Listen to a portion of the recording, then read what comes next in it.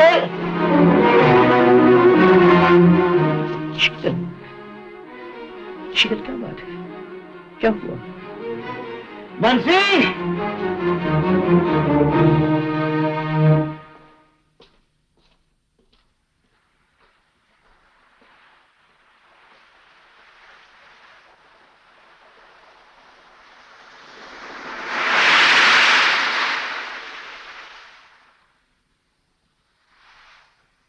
आपने मुझे यहां क्यों बुलाया?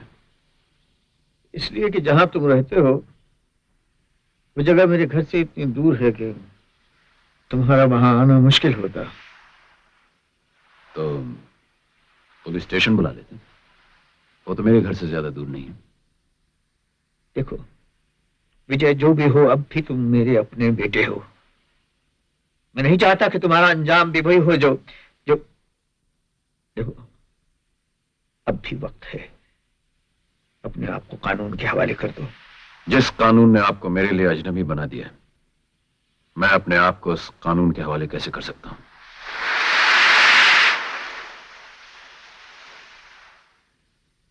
विजय, आज मैं एक बाप की हैसियत से तुम्हें समझा रहा हूं। कल एक पुलिस अफसर की हैसियत से मैं तुम्हारे साथ न कोई रियायत कर सकूंगा न हमदर्दी। अगली बार तुम एक बाप से मिलोगे या पुलिस अफसर से, इसका फैसला तुम्हें खुद करना होगा। यह फैसला तो आप कई बरस पहले मेरे बचपन में ही कर चुके थे, जब मैं उन बदमाशों के अड्डे में कैद था और मैंने फोन पर अपने बाप से बात की थी और दूसरी तरफ से एक पुलिस ऑफिसर की आवाज सुनाई दी। और आज भी क्या है? आज भी आपकी आवाज से एक पुलिस ऑफिसर के लहजे की बू आ रही है। विजय, तुम्हारे सोचने के तरीके पर अफसोस होता है मुझे। अफसोस ही नहीं होता, शर्म आती है मुझको। मैंने अपनी कोई जिम्मेदारी आसान करने के लिए तुम्हें यहां नहीं बुलाया ना? ये बताने के लिए बुलाया है कि तुम्हारी मां बहुत बीमार है। वो मुझे कहती नहीं है, लेकिन मैं जानता हूं कि वो तुम्हें बहुत याद करती हैं।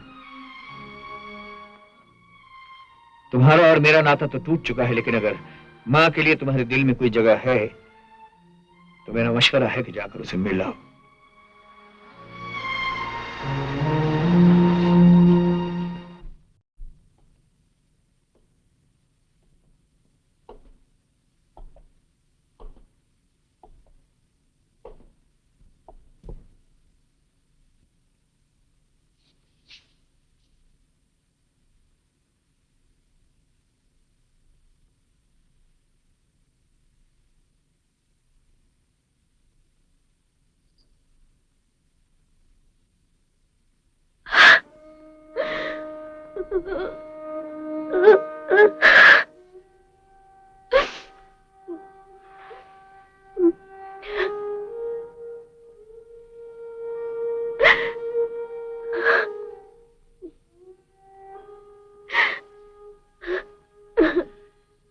बस मां, बस करो।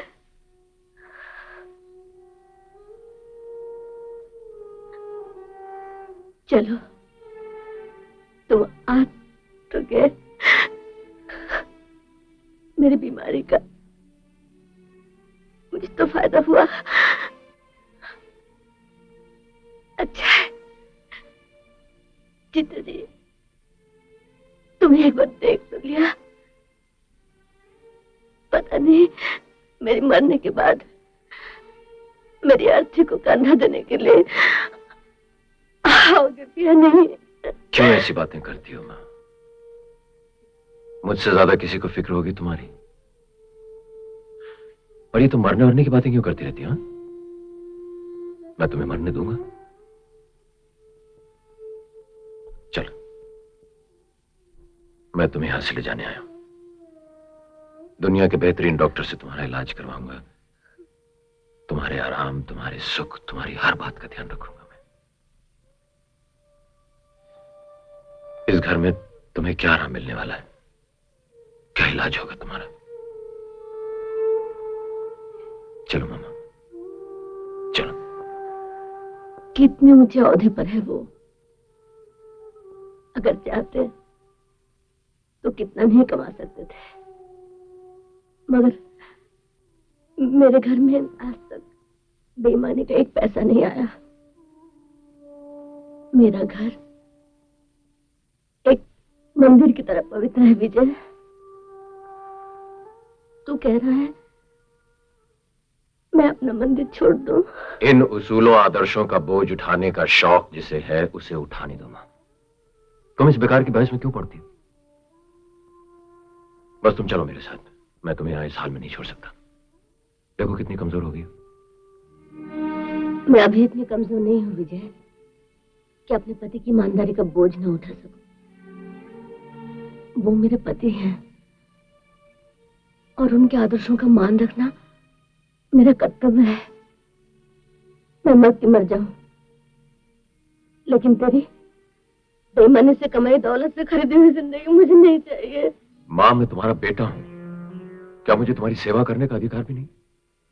बेईमानी का पैसा मेरे लिए जहर है बेटा।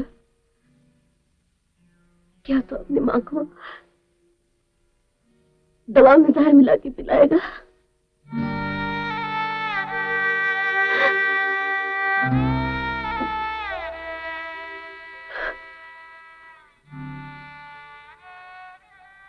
ठीक है मां, मैं जाता हूं, लेकिन तुम जल्दी अच्छी हो जाना।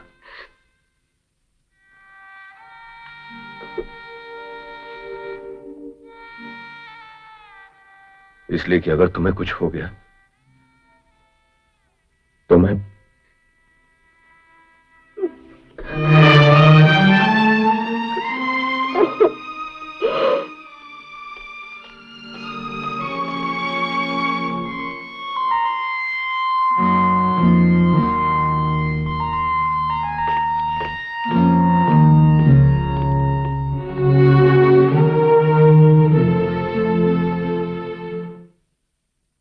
आज इतनी शराब क्यों पी रहे हो? बस पी रहा हूं। क्या हो गया? खत्म हो जाएगी ना? और ले आएंगे। शराब खरीदने वाले रुपए तो मेरे पास बहुत हैं। हाँ, दवा खरीदने वाले रुपए मेरे पास नहीं है। दवा खरीदने वाले रुपए मेरे पास नहीं है। ठीक है, नहीं है तो नहीं सही। हम ये गम भी उठा लेंगे।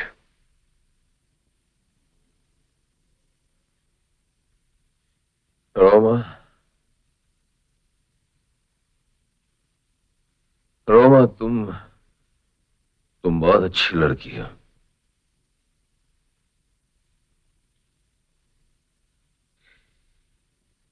जानती हो रोमा,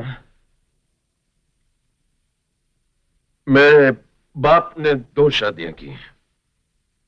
2। एक मेरी मां के साथ और एक अपनी नौकरी के साथ। अपनी मां का बेटा मैं हूं और मेरी सौतेली मां यानी मेरे बाप की दूसरी बीवी का बेटा है कानून। कानून, कानून मेरा सौतेला भाई है। सौतेला भाई।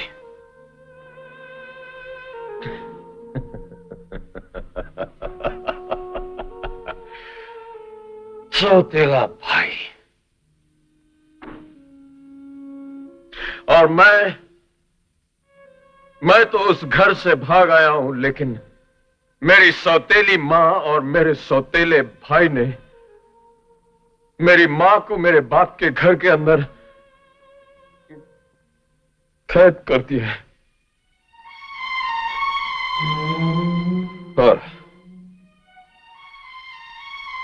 और मेरी मां बहुत बीमार है,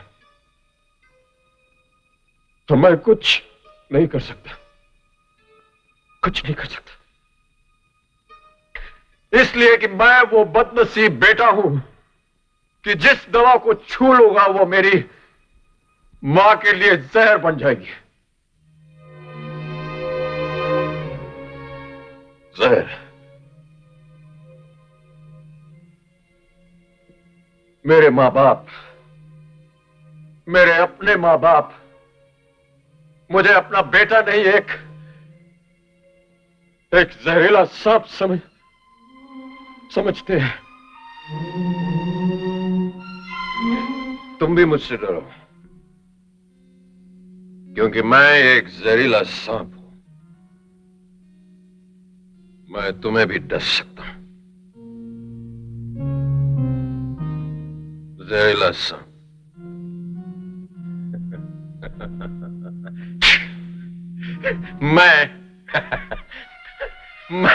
मैं एक जहरीला सांप।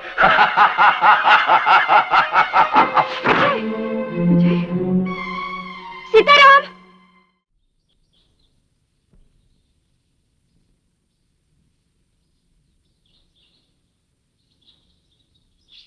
विजय, तुम्हारी चाय ठंडी हो रही है।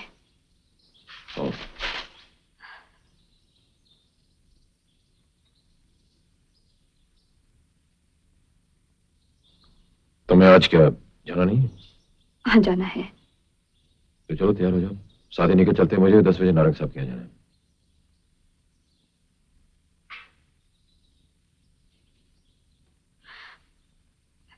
विजय, मैं तुमसे कुछ कहना चाहती हूँ। क्या कहना चाहती है? यही कि जो काम मैं कर रहा हूं वो मुझे नहीं करना चाहिए। जिस रास्ते पर मैं चल रहा हूं वो गलत है। इसका अंजाम सिर्फ तबाही और बर्बादी, यही कहना चाहती हूँ? नहीं, मैं ऐसी कोई बात नहीं कहना चाहती जो तुम यूं भी जानते हो। मैं तुमसे सिर्फ इतना कहना चाहती हूँ कि मैं मां बनने वाली हूँ।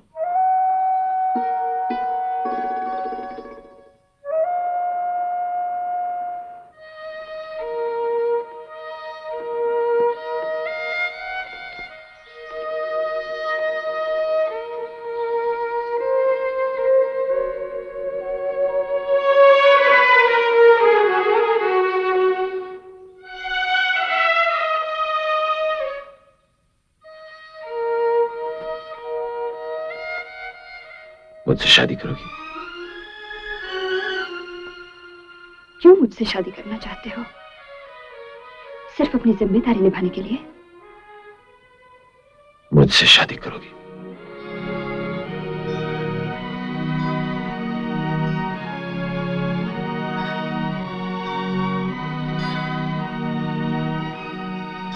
विजय, एक बात मेरे दिल में है, कह दूं?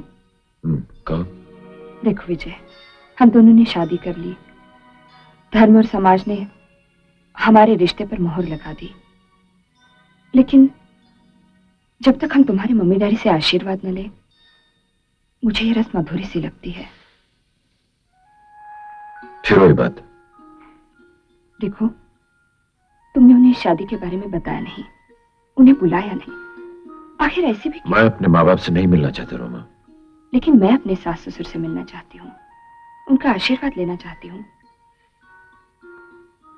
ठीक है, मैं तुम्हें नहीं रोकता, लेकिन तुम मुझे मजबूर मत करो। तुम अगर जाना चाहती हो तो जरूर जाओ, मुझे कोई एतराज नहीं, लेकिन मैं नहीं जाऊंगा।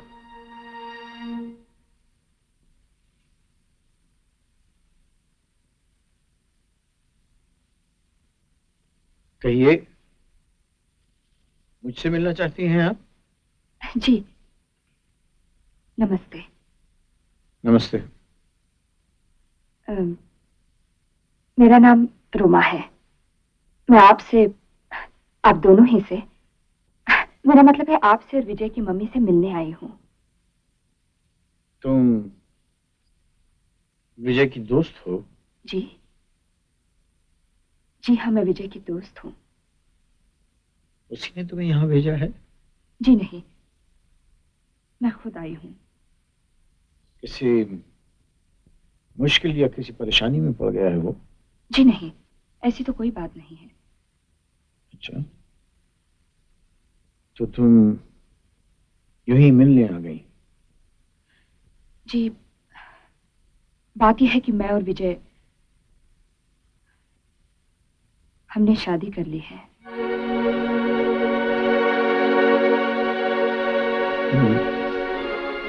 तुम और विजय यानी दोनों तुम, नाम क्या है तुम्हारा? रोमा। रोमा? नहीं नहीं, बस बस जीती रहो, जीती रहो, सुखी रहो। अजीब बेवकूफ लड़की हो, इतनी देर से आए बाएं शाएं हाँकती चली जा रही हो। साफ कहती क्यों नहीं कि तुम ये इस घर की बहू हो? मैं सोच रही थी। क्या सोच रही थी? हाँ? इस तरह मेहमानों की तरह खड़ी क्यों हो? चलो बैठो, आ बैठो, बैठो भी क्यों? चलो तुम उसकी मां से मिलाता हूं, शीतल से। शीतल, शीतल देखो कौन आया, पहचानो इसे। बैठो बेटी, बैठो। पहचाना? ये रोमा है, रोमा तुम्हारी बहू है।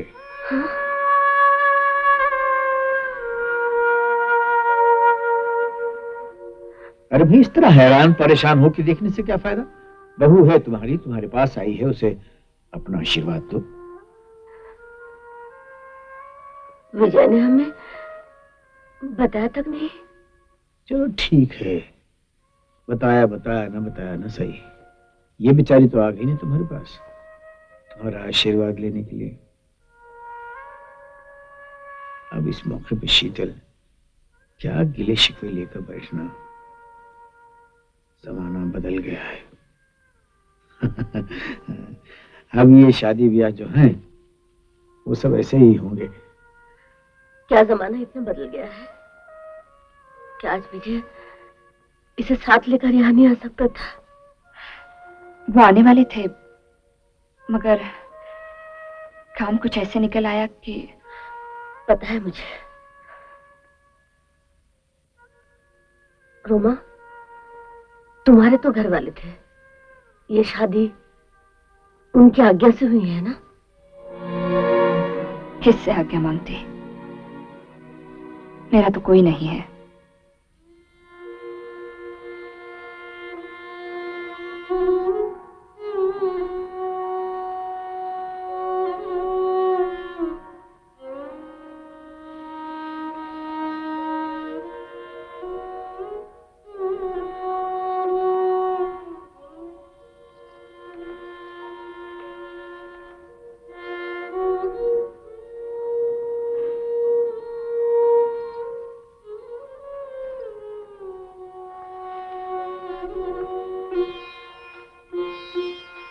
बेटी,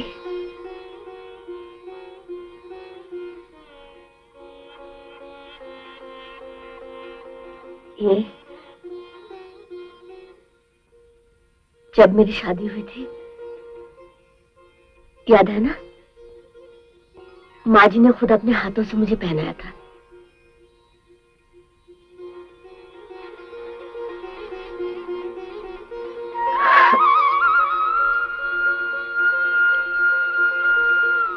कभी मत कहना कि तुम्हारा कोई नहीं।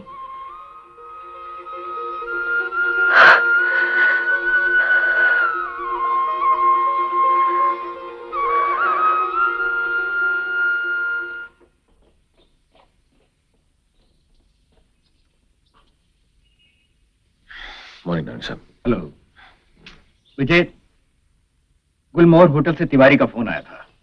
वो हीरो की डिलीवरी लेने के लिए तैयार है, लेकिन वो पैसे तुम्हारे हाथ में देंगे। तिवारी का फोन होटल से आया था? मैंने उसे कितनी बार मना किया है कि ऐसे कामों के लिए होटल का फोन इस्तेमाल ना करें। नीचे ऑपरेटर सब कुछ सुन सकता है। कितने बजे बुलाएं? 11 बजे। हीरे कहाँ है?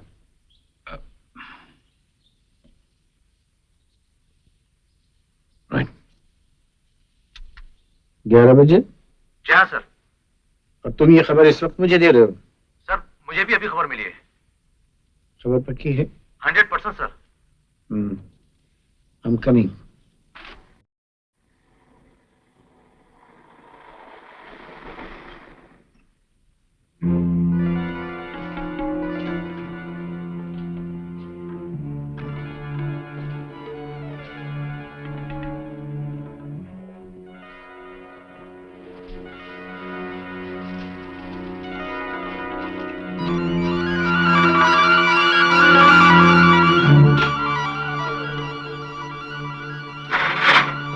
Driver.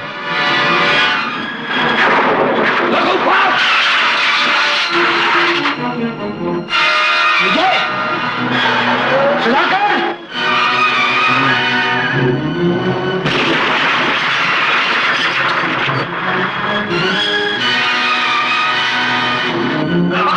नहीं, चलो!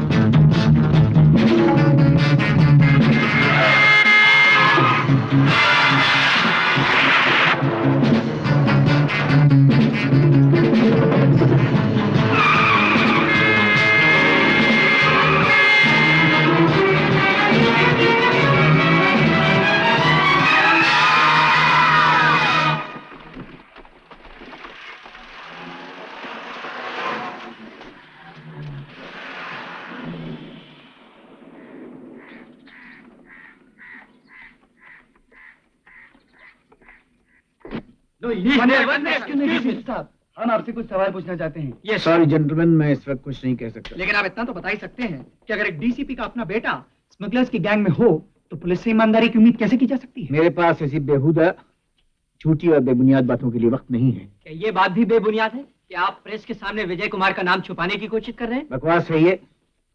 विजय का नाम वारंट निकल चुका है। लेकिन इस बात की क्या गारंटी है कि वो गिरफ्तार हो जाएगा? हो सकता है क्या कि मतलब? यही क्या ऐसा नहीं हो सकता कि जब आपने मिस्टर विजय कुमार का पीछा किया तब ट्रैफिक में स्कूल के बच्चों के बहाने अपने ने जानबूझकर निकल जाने दिया हो? तमीज आदमी, जानते हो तुम किससे बात कर रहे हो? ये देखो, ये देखो, और ये देखो, ये देखो, और ये भी देखो। देखो क्या लिखा है तुम्हारे बारे में और सारे पुलिस डिपार्टमेंट के बारे में। पढ़ो। सर, आप जानते हैं कि इन अखबार वालों ने जो मुझ पर शक जाहिर किया है उसकी असली वजह क्या है? ठीक है, मैं जानता हूं, लेकिन वो लोग नहीं जानते जिनके सामने मुझे जवाब देना पड़ता है। मुझे इसी बात का डर था, इसलिए केस मैं तुम्हें देना नहीं चाहता था। खैर, जो हो गया हो गया। ये केस तुम अधिकारी के हवाले कर दो। इसका मतलब है सर, आप भी यही समझते हैं इन लोगों की तरह कि मैंने विजय को जानबूझकर निकल जाने दिया? इस वक्त सिर्फ इतना समझता हूं कि पुलिस डिपार्टमेंट की रेपुटेशन के लिए बेहतर यह है कि ये केस तुम्हारे हाथों से ले लिया जाए। सारे कागजात तुम अधिकारी को दे दो और सारी जिंदगी इस एहसास के साथ जिंदा रहूं कि मैं अपना फर्ज निभाने में नाकाम रहा। मुझे अफसोस है अश्विनी, इन हालात में मैं कुछ नहीं कर सकता। मैं कर सकता हूं सर। ये मेरा इस्तीफा है सर। अश्विनी, इस्तीफा दे रहे हो? Yes sir. मैं अपनी बरसों की नौकरी, अपनी नेकनामी, अपना करियर दांव पर लगाने के लिए तैयार हूं सर। इसके बदले में मुझे सिर्फ 2 दिन चाहिए, सिर्फ 48 घंटे। मैं वादा करता हूं इन 48 घंटों के अंदर जिस तरह भी होगा, जैसे भी होगा, मैं विजय को लाकर कानून के कटहरे के पीछे खड़ा कर दूंगा। अश्विनी, तुम जानते हो 2 दिन में यह नामुमकिन है। सर 2 दिन में अगर मैं इस नामुमकिन को मुमकिन न बना सका तो मेरा इस्तीफा आपके पास है सर। इस इस्तीफे पर मैंने 2 दिन बाद की तारीख लिखी है सर। अगर मैं नाकाम हो गया तो खुद नौकरी छोड़ दूंगा, इसलिए कि अगर मैं अपना फर्ज निभाने के काबिल नहीं हूं तो मुझे ये वर्दी पहनने का भी कोई अधिकार नहीं है सर। लेकिन ऊपर से ऑर्डर आ चुका है कि तुम्हें। ठीक है, मैं तुम्हें 2 दिन देता हूं अपनी जिम्मेदारी पर। Thank you sir. लेकिन सिर्फ 2 दिन।